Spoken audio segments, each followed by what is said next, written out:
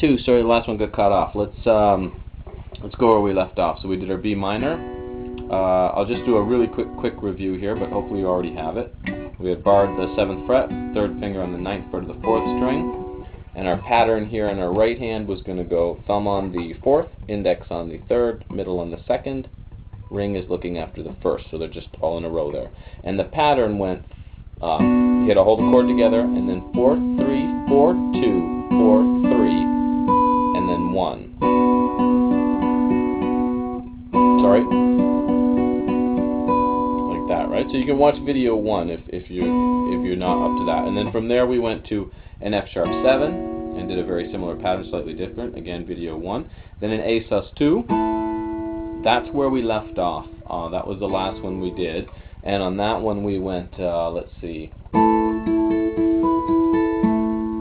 we went 4, 3, 2, 3, 1, 3, 2, 4, 3, 2, 3, 1, 3, 2, and then to finish that measure up we went 4, 3, 2, and then this first finger had to come back to the 7th fret, had to bar across to the 5th string too, to go 5, 3, 2. So the last part went 4, 3, 2, 5, 3, 2. So that whole measure gave us a...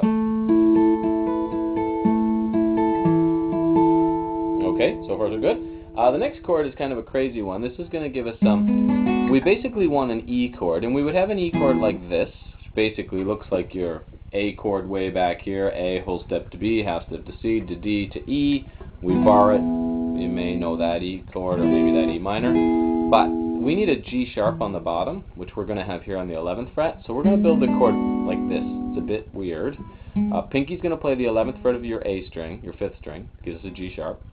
Your second finger is going to play the 9th fret of your 4th string for a B. And then your first finger will bar strings 1, 2, 3, just like it did on the B minor chord. And this is going to give us an E chord. It would probably be written as E/G sharp, because it's an E chord, but it has this G sharp in the bottom. It's kind of a, it's nice, it sounds awesome. Awesome! Awesome! Alright. Who said that? Okay, here we go. So once we get to this one, we're going to go, I'm lost. Let me go backtrack here and see where I am.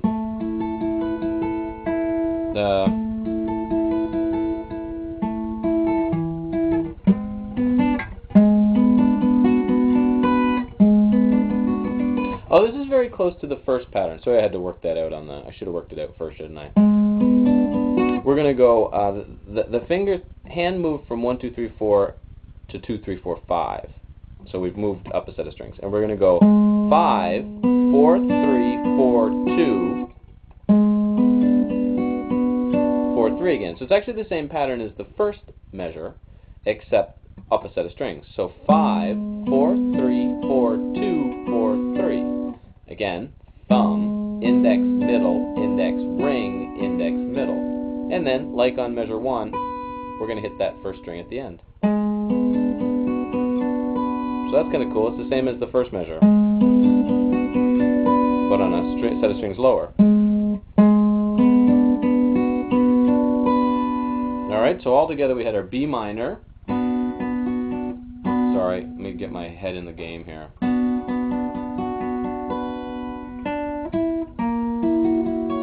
That was our F sharp 7. Here's our A sus 2.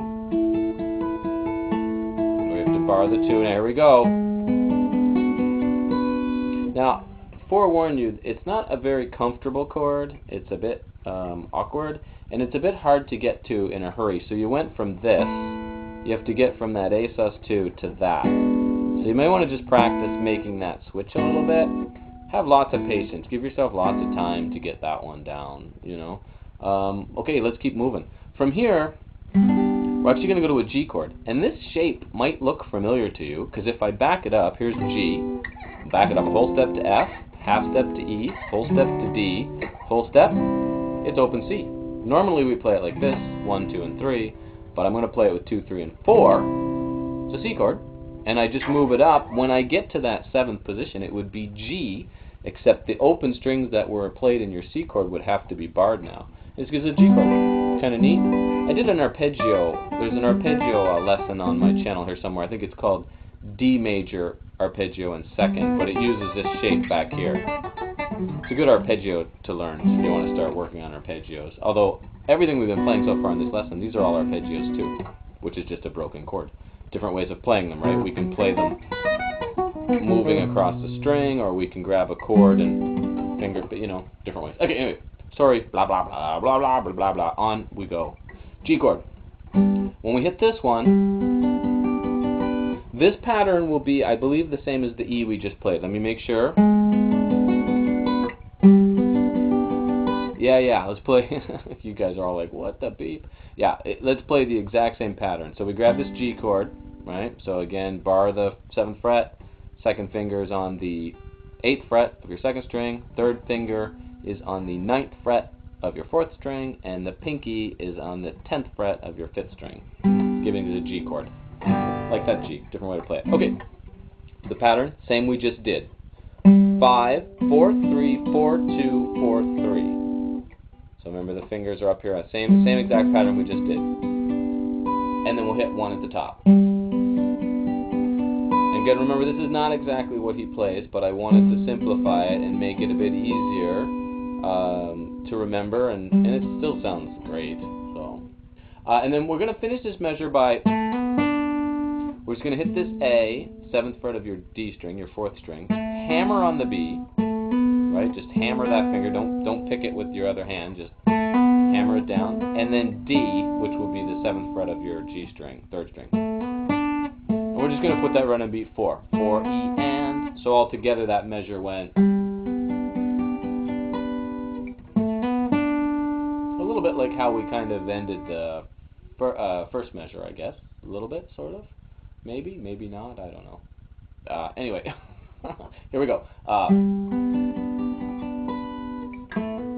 We're leaving out a few other notes, but I like the way this goes. It's easy. Okay, next one is going to give us basically this is a D chord. We're going to bar the 7th fret again. Strings 2, 3, 4, that's just a D chord right there again, like your A chord, move up to D. Throw the pinky in here. We're going to go, this one pattern is going to change a little bit. We're also going to throw the pinky here on the 10th fret of our high E string. But here we're going to go 4, and it's simplified, but I like the idea behind this. 4, 1, 2, 3, 1, 2, 3. Again, that's not what he plays, but it's easy to remember and easier to play. So the fingers have come back down now to 1, 3, 3, 4, and you're just going thumb, ring, middle, index. So 4, 3, 2, 1, 3, 2. I don't know what I just said there. 4, 1, 2, 3, 1, 2, 3. That was right that time.